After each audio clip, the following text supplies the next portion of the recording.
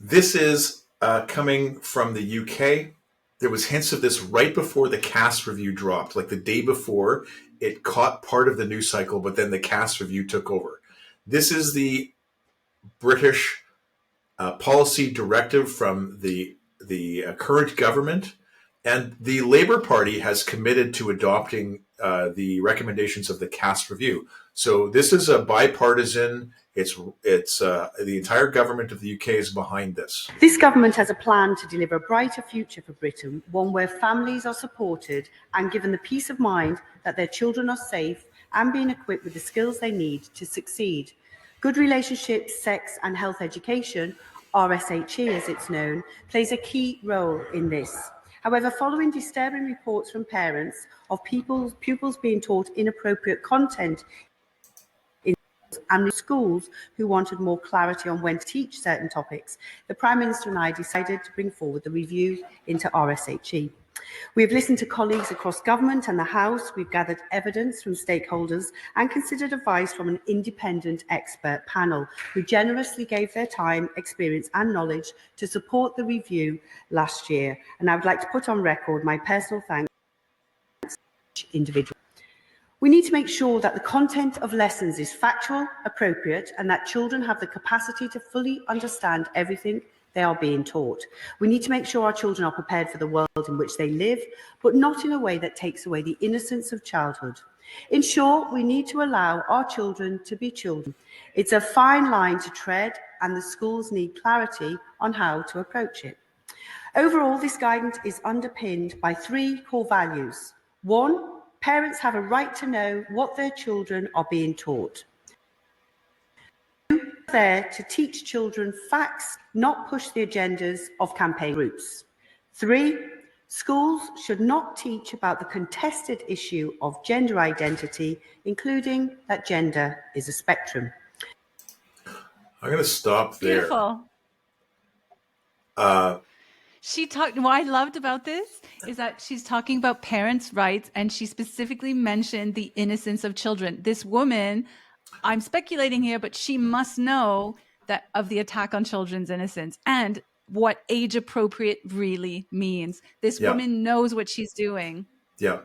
And they got input from they put a panel, a commission together. They took the content of the cast review. You know, this is what our friend AJ Adams at EGAL was talking about. The influence coming from the UK, the far right, and the bigotry and MAGA level conservatism. This gives me hope. Right. And that's why the fact that this is happening in the UK right now, and a bunch of things happened.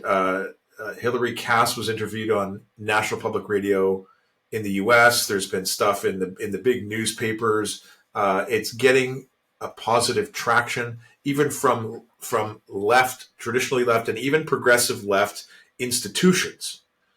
And this is why I say this will be the last hurrah, the peak of trans in Canada, because by this time next year, no one's going to want to have pride visuals, as Adams was calling Well, let me it. tell you, the reason that I try to share queer theorists' words share the queer theory in their own words as much as possible, because I can interpret it whatever and tell you, but I try to use their writings and their words, because the concepts that they're pushing. Additionally, there's other challenges.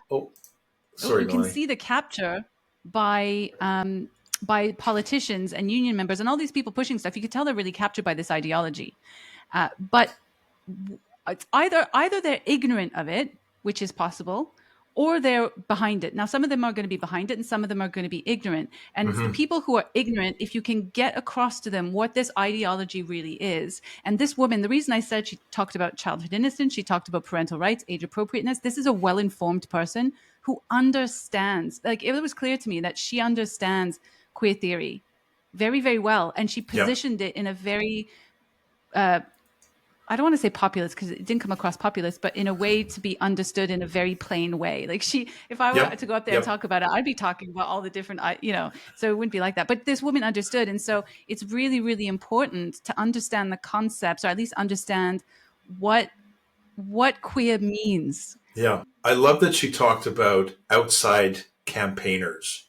And what she means in the UK is the organization called Stonewall, which was one of those organizations that pivoted from gay and lesbian rights into trans activism. And Hilary Cass found that organizations like that had undue influence. We can see by this speech in schools that they've had too much influence, but also at the Tavistock. And there were incidents of almost nepotism that were reported, where the head of Mermaids, who took her son off to Thailand or some South Asian island to have his penis cut off when he was 16, influencing the Tavistock to like move kids up on the waiting list and push for these transitions. So she's specifically pointing out organizations just like EGAL that captured too much influence in the UK. And we're going to see the same thing here in Canada. It's going to be accelerated here because the rest of the world is moving on and we can't ignore it. Like the CAST review has been done. The total of 7 systematic reviews that were kind of constellated around it to get to the final report. We don't have to reinvent the wheel on this in Canada. We just have to have some politicians.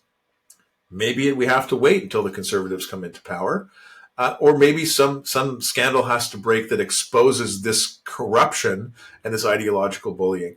Now, I've got one more clip from that EGAL presentation. It's only a minute long, and this is another thing that's shocking to me because of all the money that they're getting, government and corporations, and using that fraudulently obtained credibility